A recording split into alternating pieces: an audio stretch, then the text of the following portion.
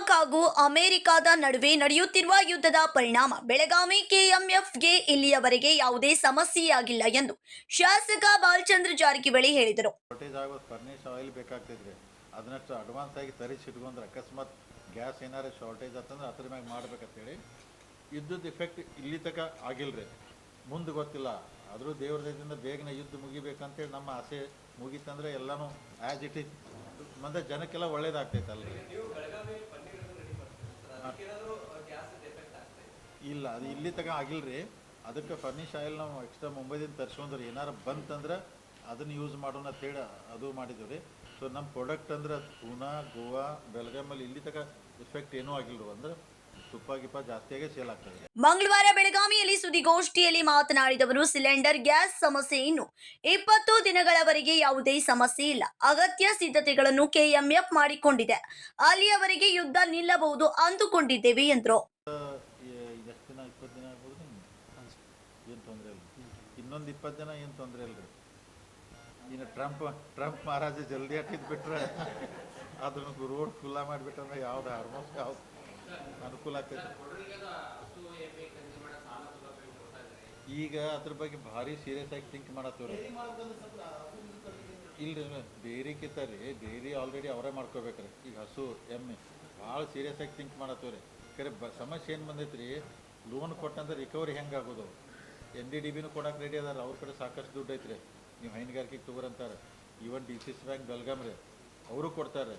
ಈಗ ಕೊಟ್ಟ ನಂತರೂ ಯಾವ ಥರ ಅಂದ್ರೆ ರಿಕವರಿ ಆಗೋದು ಹೆಂಗೆ ಅಂದ್ರೆ, ಈ ಕಡೆ DCC ಬ್ಯಾಂಕ್ ದುಡ್ಡು ಕೊಡ್ಬೇಕ್ರಿ, ಈ ಕಡೆ ಅದು ಕೆಳಗೆ ಸಂಘ ತೊಗೋಬೇಕು, ಮತ್ತು ರಿಟರ್ನ್ ಹಂಗೆ ದುಡ್ಡಿನಂದ್ರೆ ವ್ಯವಹಾರ ಕರೆಕ್ಟಾಗಿತ್ತು, ಅನುಕೂಲ ಆಗುತ್ತೆ. ಸೀರಿಯಸ್ ಆಗಿ ಥಿಂಕ್ ಮಾಡತ್ತವ್ರಿ. ಹಂಗೆ ಯಾರ ಪ್ರಾಮಾಣಿಕವಾಗಿ ಮಾಡ್ತು ಅಂದ್ರೆ ಮುಂದೆ NDDB ಅಥವಾ DCC ಬ್ಯಾಂಕಿಂದ ಮಾಡ್ತಾರೆ ಮಾಡ್ತಾರಲ್ರಿ. ಅಂದ್ರೆ ರಿಕವರಿದ ಸಮಸ್ಯೆ ರೀ. ಅದಕ್ಕೆ ನಾವು ಸೀರಿಯಸ್ ಆಗಿ ಮಾಡ್ತೀವಿ. ಅದನ್ನು ಥಿಂಕ್ ಮಾಡಿ ಯಾರು ಇಂಟ್ರೆಸ್ಟ್ ಆಗಿ ತೊಗೋತು ಅಂತಲ್ಲ, ಒಂದು ಸಲ ನಾವು ಎಲ್ಲನೂ ಕರೆದಾಗ ಒಂದು ಕೇಳ್ತವ್ರಿ ಎಲ್ಲ ರೈತರಿಗೆ. ಈಗ ನಮ್ದು ಹೆಂಗಾರೆ ಜನರಲ್ ಬಾಡಿ ಬರೋಕ್ಕಿಂತ ಮೊದಲು ಎಲ್ಲ ಕಡೆ ಒಂದು ರೀಜ್ನಲ್ ಮೀಟಿಂಗ್ ಇರ್ತೈತೆ, ಅಲ್ಲೆಲ್ಲ ವಿಷಯ ಚರ್ಚೆ ಮಾಡ್ತಾರೆ.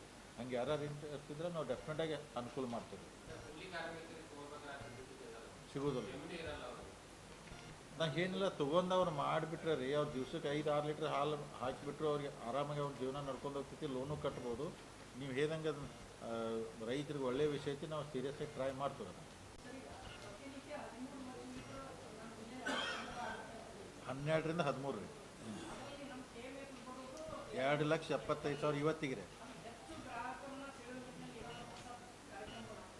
ಗ್ರಾಹಕರನ್ನ ಅನ್ನೋಕ್ಕಿಂತ ರೀ, ನಾವು ರೈತರನ್ನ ಅಟ್ರಾಕ್ಷನ್ ಮಾಡ್ಬೇಕ್ರೆ. ರೈತರನ್ನ ಏನಾಗೈತೆ ರೀ, ಏನಿಲ್ಲ ರೀ, ಮೊದಲು 30 ದಿವ್ಸಕ್ಕೆ ಬಿಲ್ ಹೋದಾಗ ಪ್ರೈವೇಟ್ದವ್ರು ಬಂದು ಕೈಯಾಗ ದುಡ್ಡು ಕೊಟ್ಟು ಹಾಲು ತೊಗೊಂಡು ಹೋಗ್ತಿದ್ದ, ಅದಕ್ಕೂ ಜನ ಆ ಕಡೆ ಹೋಗ್ತಾರೆ. ಈಗ ನಾವು 10 ದಿವ್ಸಕ್ಕೆ ಬಿಲ್ ಕೊಡ್ತಾ ಇದ್ದಾರೆ. ಇನ್ನೊಂದೇನು ರೈತರಿಗೆ ಅನುಕೂಲ ಐತೆ ಅಂದ್ರೆ, ನಮ್ಮ ಏನು ಹಾಲು ನಾವು 34-35 ರೂಪಾಯಿ ಕೊಡ್ತಿಲ್ಲ, ಅಂತಂದರೆ 5 ರೂಪಾಯಿ ಪ್ರೋತ್ಸಾಹನ ಬರ್ತೈತೆ ಗೌರ್ಮೆಂಟ್. ಅಂದ್ರೆ ಅವಾಗ ಇಲ್ಲಪ್ಪ ಒಂದು 5 ರೂಪಾಯಿ ಎಕ್ಸ್ಟ್ರಾ ನಮಗೆ ಸಿಗ್ತೈತೆ ಅಂತ ಹೇಳಿ ಅಂತಾರೆ. ನಾವು ಆದಷ್ಟು ರೈತನ ಅಟ್ರ್ಯಾಕ್ಟ್ ಮಾಡಬೇಕು, ಚಲೋ ಅವ್ರಿಗೆ ಯೋಗಿ ಥರ ದರ ಕೊಡಬೇಕು. ಜಲ್ದಿ ಬಿಲ್ ಕೊಟ್ಟರೆ ರೀ 100% ನನಗೆ ಮುಂದಿನ ವರ್ಷ ಈಗೇನೋ 27 ಮುಂದಿನ ವರ್ಷ 3 ಲಕ್ಷ ಆಗ್ತೈತೆ ಅಂತ ನನಗೆ ವಿಶ್ವಾಸ ಇದೆ ರೀ. ಹಂಗೆ ಟ್ರೈ ಮಾಡ್ಕೊತ ಹೋಗ್ತಿರೋದು. ಅಲ್ಲಿ ಏನಿಲ್ಲ, ಅವ್ರಿಗೆ ಬೇಗನೆ ಬಿಲ್ ಸಿಗ್ತೈತೆ ರೀ. ಆಮೇಲೆ ಅವ್ರಿಗೆ ಈಗ ನಾವು ಕ್ವಾಲಿಟಿ ಒಳಗೆ ಭಾಳ ಟೈಟ್ ಅದವ್ರಿಗೆ ರೀ, ಕ್ವಾಲಿಟಿ ರಿಜೆಕ್ಟ್ ಮಾಡಿಬಿಡ್ತೀವಿ. ಅವ್ರು ಪ್ರೈವೇಟ್ದಾರು ಹೆಚ್ಚು ಕಮ್ಮಿ ತೊಗೊಂಡ್ಬಿಡ್ತಾರೆ. ಅದು ಹೀಗೆಲ್ಲ 3-4 ಇಶ್ಯೂ ಅದಾವೆ ರೀ, ಅದಕ್ಕೆ ಆ ಕಡೆ ಹೋಗ್ತಿರ್ತಾರೆ. ಆದರೂ ರೈತರು ಕನ್ವಿನ್ಸ್ ಮಾಡತ್ತವ್ರಿಗೆ.